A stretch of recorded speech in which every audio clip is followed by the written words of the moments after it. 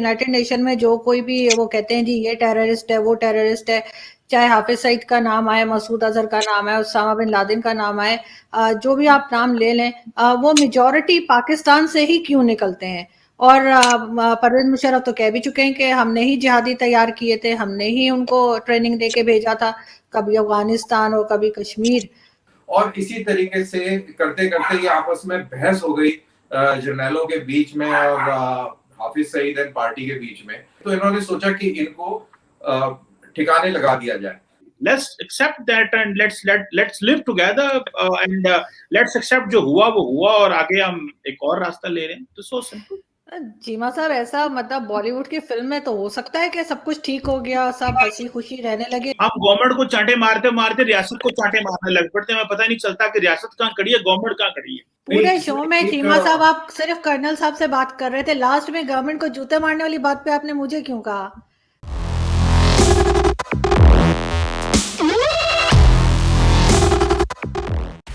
जय हिंद दोस्तों, मेरा भारत महान न्यूज़ चैनल में आपका स्वागत है। पाकिस्तानी मीडिया के कमर चीमा का कहना है कि हाफिज सईद को मेन स्ट्रीम में ले आना चाहिए, उनकी एक पॉलिटिकल पार्टी बना देनी चाहिए, क्योंकि हाफिज सईद पे भारत ने हमला भी करवाया है। भारत के रिटायर्ड कर्नल दानवीर सिंह जी ने बताया कि पाकिस्तानी आर्मी ने ही हाफिज सईद पे हमला करवा के वार्निंग दी, क्योंकि वो भारत के जम्मू और कश्मीर के इलाके में कोई हरकत नहीं कर रहे थे। आरजू काज़मी जी ने भी अपनी सीधी करारी बातों से चीमा साहब का मुंह बंद कर दिया। आज के वीडियो में देखेंगे कि आरजू काज़मी, कमर चीमा और रिटायर्ड कर्नल दानवीर सिंह जी ने क्या कहा। वीडियो अगर अच्छा लगे तो लाइक और शेयर करें और चैनल को सब्सक्राइब करना मत भूलिएगा, और आप अपनी राय भी कमेंट कर बता सकते हैं। जय हिंद, जय भारत। क्या हो रहा है ये कि जी लाहौर ब्लास्ट जो हुआ हमारे यहाँ थोड़े दिन पहले, आपको मालूम ही होगा, उसमें अब मोहित यूसुफ साहब भी और हमारे प्राइम मिनिस्टर भी और हमारी सारी गवर्नमेंट, इनफैक्ट पाकिस्तान की तरफ से ये कहा गया है कि इंडिया की इन्वॉल्वमेंट है। इस पे आप कहाँ तक एग्री करेंगे या आपका ख्याल है कि ऐसा कुछ नहीं है? ये तो ब्लास्ट कराने से पहले ही उन्होंने सेट कर लिया था कि हमने इंडिया को ब्लेम करना है, तो वो कोई बड़ी बात नहीं है। पाकिस्तान ऑक्यूपाइड कश्मीर, जिसको आप आजाद कश्मीर कहते हैं, वहां पर कोई मशकें चल रही थी, फौज की एक्सरसाइजेस चल रही थी, और जो जनरल साहब वहां पर उसके इंचार्ज थे, उन्होंने हाफिज सईद को इनफैक्ट तलब किया, और इनफैक्ट जेल से बाहर आने का यही रीजन भी बताया जा रहा है। और उन्होंने ये बोला कि आप इन्फिल्ट्रेशन क्यों नहीं कर रहे हैं, इन्फिल्ट्रेशन में कमी कैसे आ रही है। तो इन लोगों ने बोला कि हमें पैसे चाहिए, फंड्स चाहिए, फंड्स के बगैर तो इन्फिल्ट्रेशन और ये पूरा जो सिस्टम है ये कैसे चलेगा। और इसी तरीके से करते करते ये आपस में बहस हो गई जर्नैलों के बीच में और हाफिज सईद एंड पार्टी के बीच में, एंड उससे काफी नाखुश थे ये सारे के सारे। और इनको ये लग रहा था कि इंटरनेशनल प्रेशर भी है, डोमेस्टिकली भी एक अलग किस्म का माहौल धीरे धीरे बन रहा है, और ये एक बोझ की तरह महसूस होने लग गए। तो इन्होंने सोचा कि इनको ठिकाने लगा दिया जाए। उसके बाद से ये पता लगने लग गया था कि पाकिस्तान की आर्मी जो है अब ये हाफिज सईद एंड पार्टी को किनारे करने वाली है। और फिर एकदम से खबर आती है कि जौहर बाग के अंदर ये ब्लास्ट हुआ है, और जैसे ही ब्लास्ट हुआ था तैसे ही जो आपके तजियाकार हैं, जो हमारी साइड के हैं, वो बोलने लग गए थे कि अब इसका ब्लेम रॉ के ऊपर डाला जाएगा। और हमें बड़ी खुशी होती है जब हमारे रॉ के ऊपर ब्लेम पड़ता है कि यार इतने काबिल अफसर हैं यहाँ पे, इतनी काबिलियत में, तो हमें तो बड़ा कमाल लगता है और बड़ा गर्व महसूस होता है कि चलो लाहौर जो कि 25 किलोमीटर दूर है बॉर्डर से, वहां पे जाके एक ब्लास्ट तो कर आए।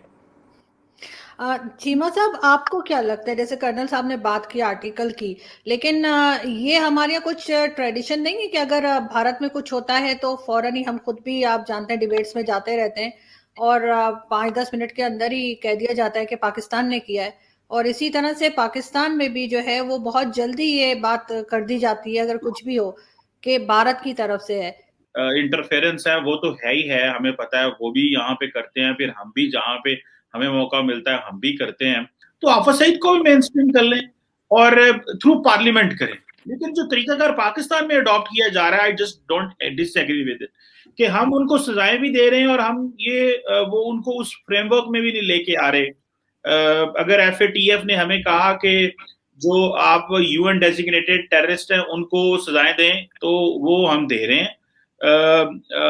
हमारे पास कोई ऑप्शन नहीं था। अब अगर मुल्क ये चाहता है कि हमें जिहाद नहीं करना तो हम नहीं करेंगे, हमने कोई मुल्क के अलावा नहीं जाना। This is what they have been telling people, this is what the people have been telling, and this is what has actually happened. Let's accept that and let's live together, and let's accept जो हुआ वो हुआ और आगे हम एक और रास्ता ले रहे हैं। तो so simple। चीमा साहब, ऐसा मतलब बॉलीवुड की फिल्म में तो हो सकता है कि सब कुछ ठीक हो गया, सब हंसी खुशी रहने लगे, लेकिन आपको नहीं लगता कि जिसने पहले इतने ज्यादा जिनके ऊपर एलिगेशंस हो तो वो अपनी सजा तो भुगते या छोड़ दिया जाए, उनको माफ कर दें, आप ये कह रहे हैं? नहीं तो भाई सजाएं मिल नहीं रही, कोर्ट्स ने उनको पकड़ा नहीं हुआ, क्या उनको जेलों में नहीं डाला? और क्या चाहते हैं, मतलब आप क्या चाहते हैं कि लाहौर मीनार पाकिस्तान उनको टांग दें? भाई अगर लाहौर वो घर में थे, ब्लास्ट के बाद वो घर में क्या कर रहे थे? सुने मैडम, मेरी बात सुने पहले, मैं आपको बता देता हूँ। Is a very high profile target, one thing. Second, it has not been proven कि वो इस घर में थे। ये जो 1360 है, 1367 एंड 1273 है, हमें नहीं पता था ये है, पता था, लेकिन हमने इस पर एक्शन नहीं लिया।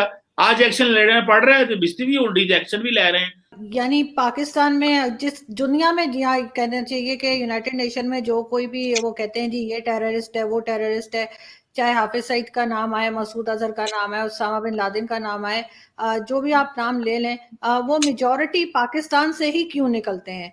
और परवेज मुशर्रफ तो कह भी चुके हैं कि हमने ही जिहादी तैयार किए थे, हमने ही उनको ट्रेनिंग दे के भेजा था, कभी अफगानिस्तान और कभी कश्मीर। तो इस चीज से पाकिस्तान फिर कैसे निकलेगा? अगर हम मान भी लें थोड़ी देर के लिए कि ठीक है, भारत के साथ हमारे टर्म्स अच्छे नहीं है, वो हमारा बहुत दुश्मन है, लेकिन हर बात तो गलत नहीं हो रही होती ना, वहां से कुछ 50% तो हमारी भी गलती है। तो हम अब उस चीज को, ऐसी कोई जादू की छड़ी तो है नहीं कि हम ठीक कर दें। और लोग अब उस तरह के बहुत ज्यादा बढ़ गए हैं, जैद हामिद और इस तरह के कई लोग हैं जिन्हें आप देख सकते हैं कि वो किस तरह का बिहेवियर करते हैं, चाहे वो सोशल मीडिया हो या टीवी चैनल्स हो। तो फिर कैसे पाकिस्तान निकलेगा इसमें से? देखिए, 9/11 के जो दहशतगर्द थे वो पाकिस्तान से नहीं निकले थे। इस तरह दुनिया के 10,000 जो टेरर इंसिडेंट हुए उनके दहशतगर्द पाकिस्तान से नहीं निकले थे। पूरी दुनिया में दहशतगर्द हैं। हमारी गलती ये है कि हमारे सियासतदान शॉर्ट टर्म गोल्स लेते हैं, उनके शॉर्ट टर्म गेन्स हैं, कोई कंबाइंड अप्रोच नहीं है किस तरह चीजों को डील करना है। हाफिज सईद से बड़े 10 गुना बड़े दहशतगर्दों को भी मेन स्ट्रीम किया जा सकता है अगर आप प्रॉपर तरीके से चीजों को डील करें। हम गवर्नमेंट को चांटे मारते मारते रियासत को चांटे मारने लग पड़ते हैं, हमें पता नहीं चलता कि रियासत कहाँ खड़ी है, गवर्नमेंट कहाँ खड़ी है। पूरे शो में चीमा साहब आप सिर्फ कर्नल साहब से बात कर रहे थे, लास्ट में गवर्नमेंट को जूते मारने वाली बात पे आपने मुझे क्यों कहा? आप लोग तो दोनों इस्लामाबाद में रहते हैं, आप लोग आपस में फिर फोन पे बात कर लेना।